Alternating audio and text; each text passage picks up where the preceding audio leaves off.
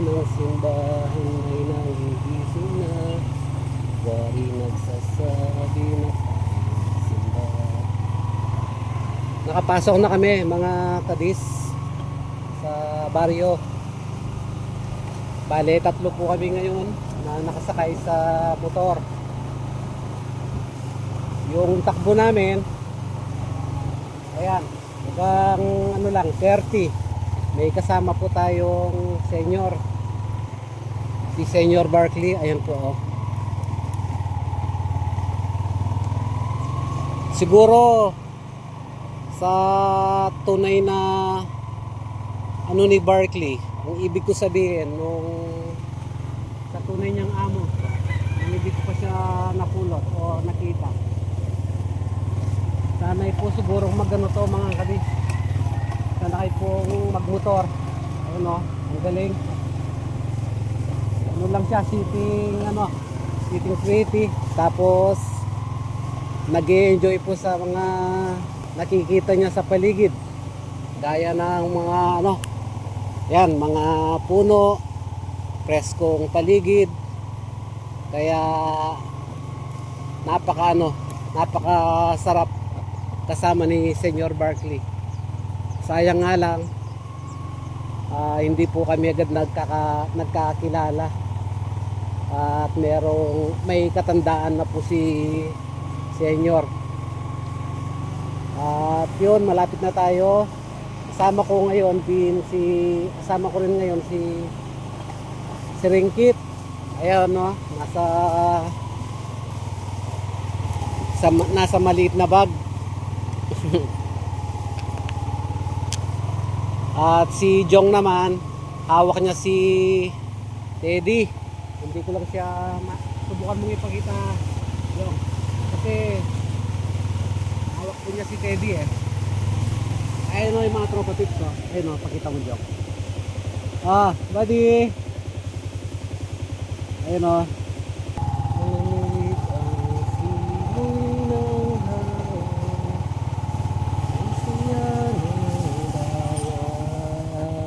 Tala para raputan.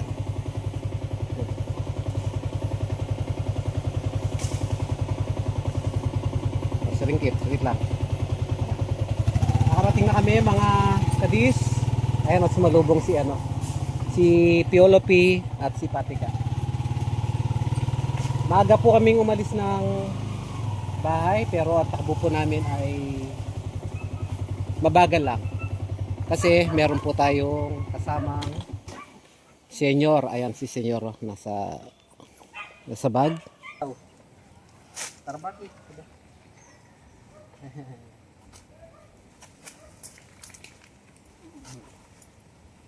Nag-enjoy ka? Nag-enjoy sa biyahe. Tara na.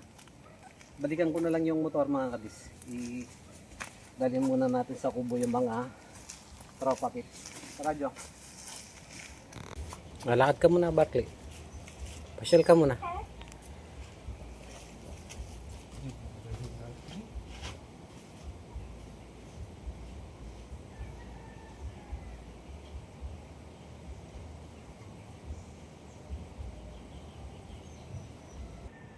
Papahinga lang po saglit si Senior mga kadis. Habang nagpapainit po kami ng tubig, magkakape tayo. Tulog ka muna na, Senior. Para matamlay po siya, no? Barkley. Okay ka lang, anak? Ha? Ilalamig ka? Malamig kasi dito ngayon, mga kadis. Lalo na po, buwan na po ng Setyembre.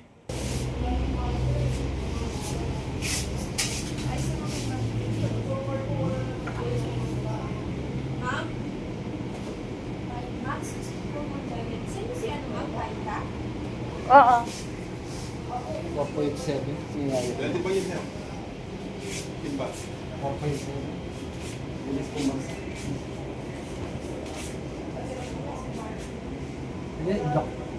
May kausap lang?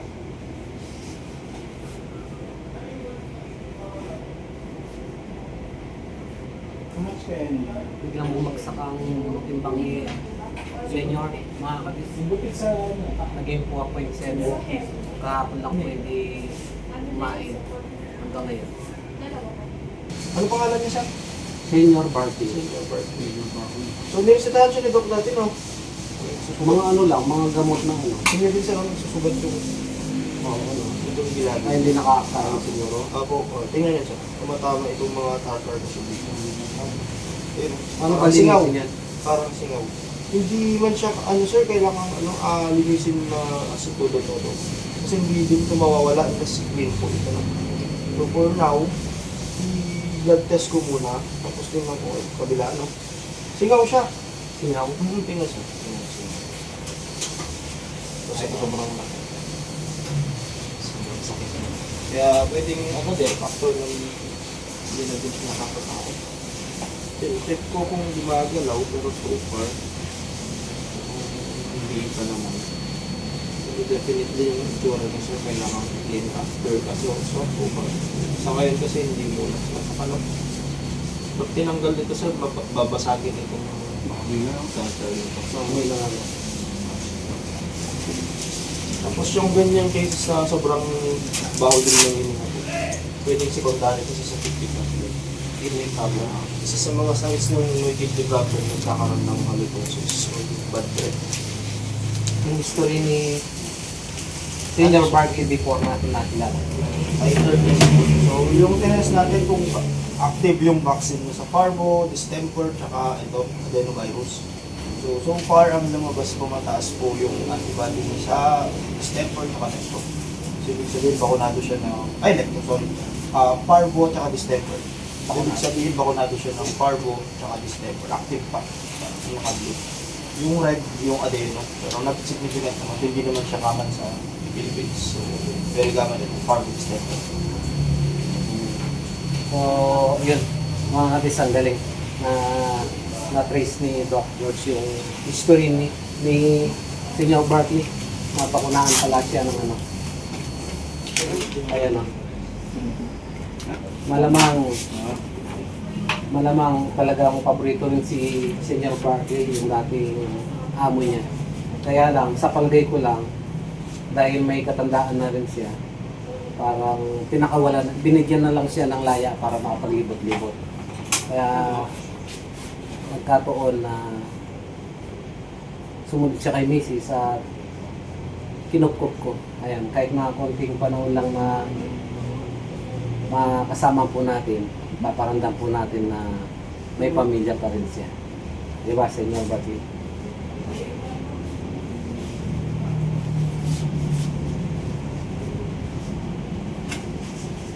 Hindi pala, dapat mga ano rin siya. Distemper. Kung sinasabi natin ng bakuna.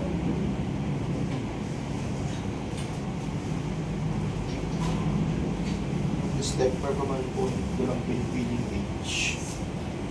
Hindi po tulad ng parvo na dalas sa pati lang.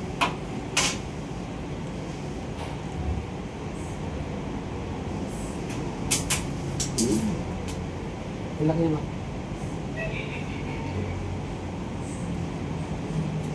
Kunti lang naman, no? Diba?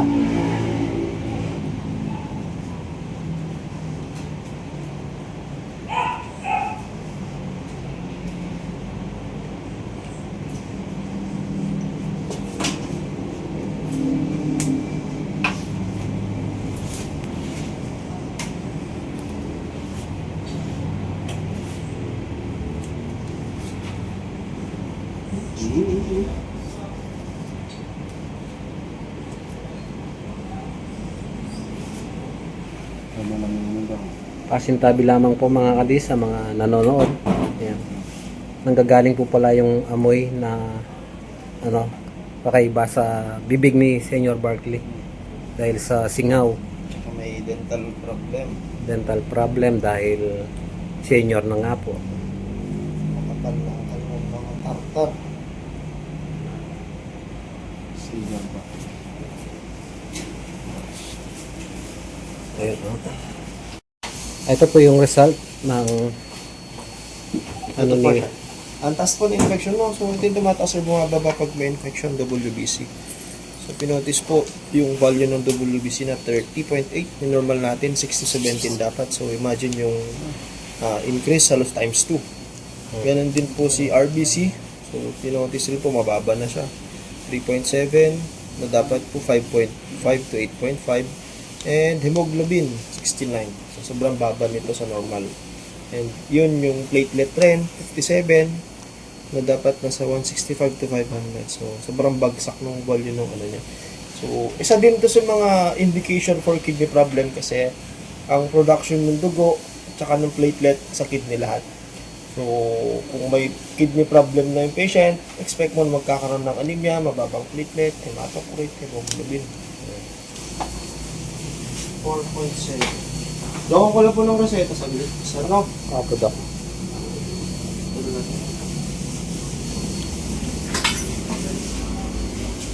Ito ulit siya. Ako ang plan ko.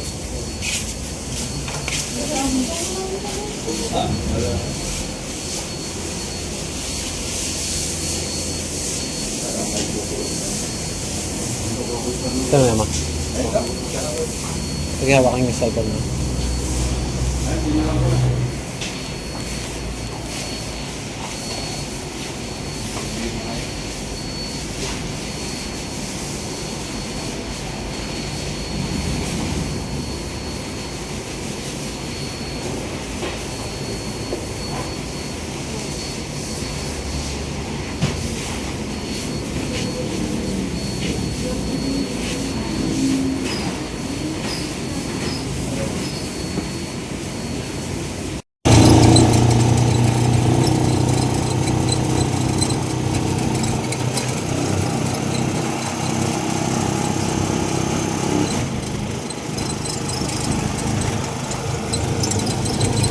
Senyor, pauwi na po kami mga katis.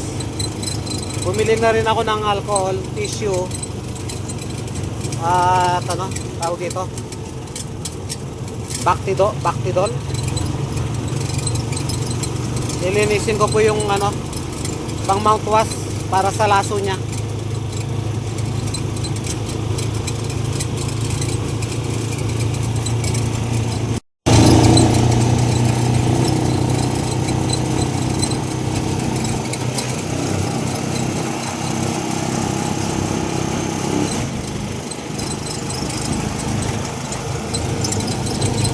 Senyor, pauwi na po kami mga katis.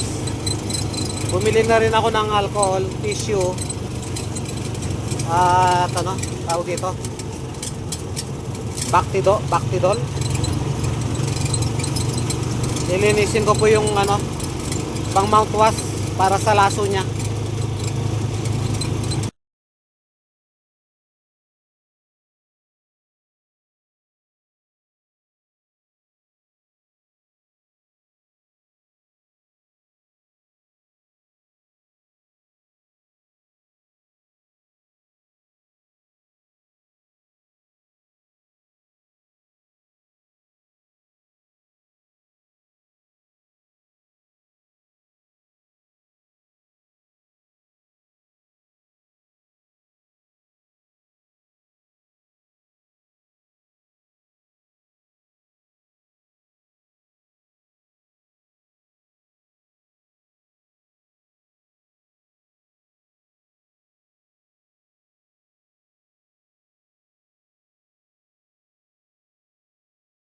Berkeley, diyan ka muna ha. Magbablog muna si Papa. Hintayin mo ko mamayang gabi. Mamayang gabi yung gamot niya, ate. Pagdating namin.